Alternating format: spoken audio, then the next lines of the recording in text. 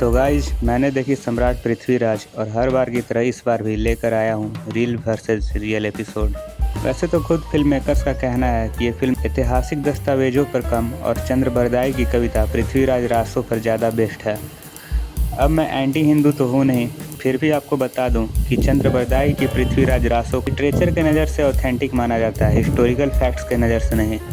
ऐसा इसलिए है क्योंकि पृथ्वीराज रासो में बहुत कुछ बढ़ा चढ़ा कर बताया गया है और पहले के समय में राजा अपने दरबार में राज के भी रखते ही इसलिए थे ताकि वे अपना गुणगान करा सकें।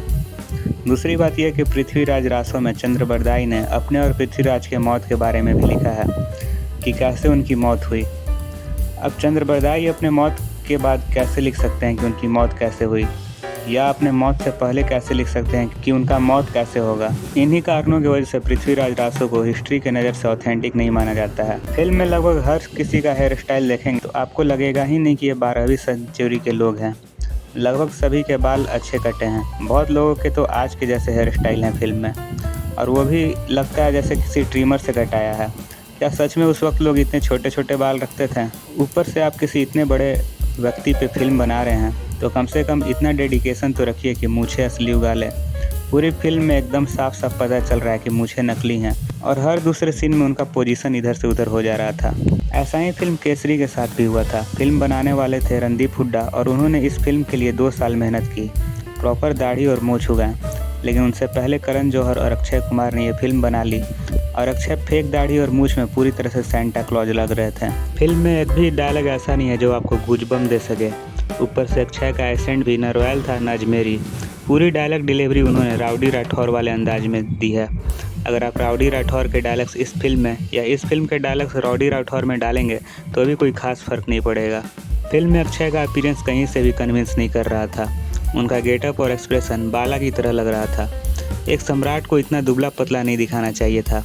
चलिए बॉडी से भी प्रॉब्लम नहीं है क्योंकि पद्मावत में शाहिद की भी कोई खास बॉडी नहीं थी, लेकिन अगर आप पद्मावत में शाहिद और पृथ्वीराज में अक्षय को कंपेयर करेंगे तो अक्षय कहीं से भी रॉयल नहीं लग रहे हैं, न बॉडी लैंग्वेज से न ही एज से।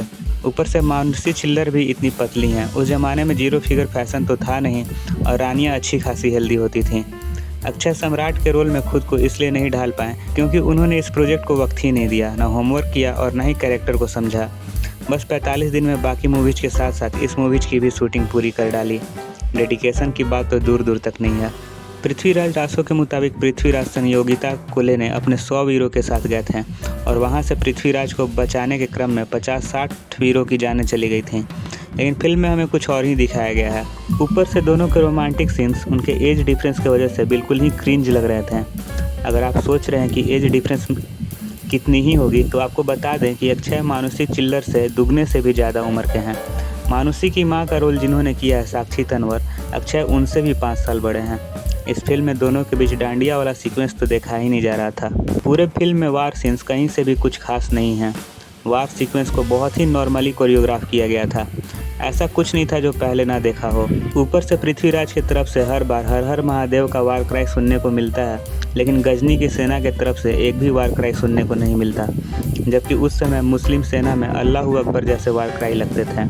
12वीं सेंचुरी के वार बहुत ही ज़्यादा ब्रूटल और खूंखार तरीके से होते थे, लेकिन कोई भी वार सीन में कहीं भी ब्लड शेड नहीं दिखने को मिलता है, कहीं किसी का भी खून नहीं बह रहा है। लगता है जैसे बच्चों के देखने के लिए मूवी बनाई हुई है। फिल्म में बहुत सारे इलॉजिकल सीन्स हैं, जैसे जब गोरी को बंदी बना के दरबार में लाया जाता है तो सोनू सूद बताते हैं कि अभी इसके मरने का वक्त नहीं आया है। इस पर संजय दत्त पूछते हैं कि कब आएगा, तो सोनू सूद बताते हैं जब मैं मरूंगा, और मैं तब मरूंगा जब पृथ्वीराज मरेंगे। तो जब इतना ही भविष्य के ज्ञाता थे और उन्होंने फ्यूचर देख ही लिया था, तब तो और गौरी को उसी वक्त मार देना चाहिए था। फिल्म में एक और इलॉजिकल सीन था, पूरा का पूरा सती सीन। पूरे सीन को ऐसे नाचते गाते दिखाया गया है जैसे कोई सीरियसनेस है ही नहीं, कुछ इमोशन ही नहीं आ रहा था देखकर। ऊपर से मानुषी चिल्लर दौड़ के जंप लेके आग में कूद रही हैं। अगर सती सीन को आप पद्मावत से कंपेयर करें तो आप उस सीन की सीरियसनेस महसूस करते हैं। उस सीन का बीजीएम आपके शरीर के एक एक रोए को खड़ा कर देता है, आपकी आंखों से आंसू निकल जाएंगे। लेकिन यहाँ इतने सीरियस सीन को भी इन्होंने बिल्कुल मजाक बनाकर रख दिया। फिल्म में जेंडर इक्वलिटी और फेमिनिज्म वाले बातें भी थोड़ी ज़्यादा हो गई थी। अगर रियलिस्टिक होकर बात करें तो हर कोई जानता है कि 12वीं शताब्दी में, वो भी खास करके राजस्थान में, ये कॉन्सेप्ट इतना भी कॉमन नहीं था। 12वीं शताब्दी तक बहुत से मुस्लिम इन्वेडर्स भारत आ चुके थे, फिर भी उस वक्त खास करके हिंदू राजाओं के यहाँ उर्दू का चलन नहीं था।